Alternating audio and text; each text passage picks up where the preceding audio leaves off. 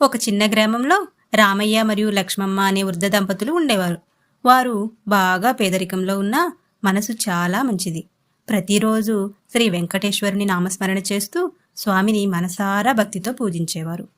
రామయ్య ఇలా అంటున్నాడు, లక్ష్మమ్మ, అన్నం లేదు, కానీ నేడు శనివారం, వెంకటేశ్వర స్వామి వ్రతం చేయాలి.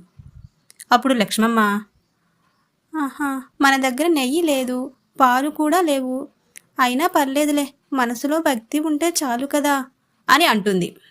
వారు తినడానికి తిండి లేకపోయినా భక్తితో వ్రతం మొదలు పెడతారు.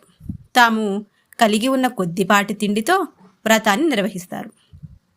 వ్రతం అయిపోయిన తర్వాత భోజనం కూడా లేక ఆ ఇద్దరూ అలసిపోయి ఆకలితో కూర్చున్నారు. అప్పుడు రామయ్య, మన భక్తి స్వామి చూసి ఒకరోజు కరుణ చూపుతాడు అని చెప్తారు. దానికి లక్ష్మమ్మ, నిన్నే నమ్ముకున్నాము స్వామి, నువ్వే మాకు అన్నం పెట్టే దేవుడివి. ఆ సమయంలో ఓ యువకుడు వారి ఇంటికి వచ్చాడు. అతని ముఖం ప్రకాశిస్తూ నవ్వుతూ ఉంది. ఇలా అంటాడు, అయ్యా, అమ్మా, నేను పక్క ఊరికి వెళ్తూ ఆకలితో ఉన్నాను, కొంచెం అన్నం దొరికితే దయచేసి పెట్టండి. వారు తమకు మిగిలిన కొద్దిపాటి అన్నాన్ని అతనికి పెట్టారు. అతను భోజనం చేసి ఇలా అన్నాడు, మీ భక్తికి శ్రీ వెంకటేశ్వరుడు ఎంతో సంతోషించాడు. నేటి నుండి మీ ఇంట్లో ఎప్పుడూ అన్నం తక్కువ అవ్వదు. అతను చెప్పిన వెంటనే అదృశ్యమయ్యాడు. ఆ యువకుడు వెళ్ళిన తర్వాత వాళ్ళ ఇంట్లో ఉన్న గాలిపటంలో నుండి వంటమన్యంలో అన్నం వాసన వచ్చింది. గోడపై పుష్పాలు జారుతున్నాయి.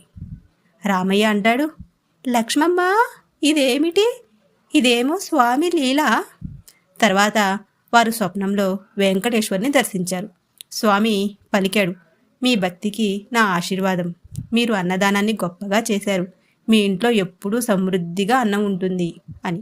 ముందు వీరిని చిన్న చూపుతో చూసిన గ్రామస్తులు ఈ సంఘటన తర్వాత వారికి గౌరవం చూపించడం మొదలుపెట్టారు. వారిని వెంకటేశ్వర భక్తులుగా అభినందించారు. ఈ కథ భక్తికి ఏ స్థితిలోనైనా మానవతా ధర్మం పాటించే వారికి స్వామి కరుణతో సహాయం చేస్తాడనే సందేశాన్ని ఇస్తుంది. Thank you for watching.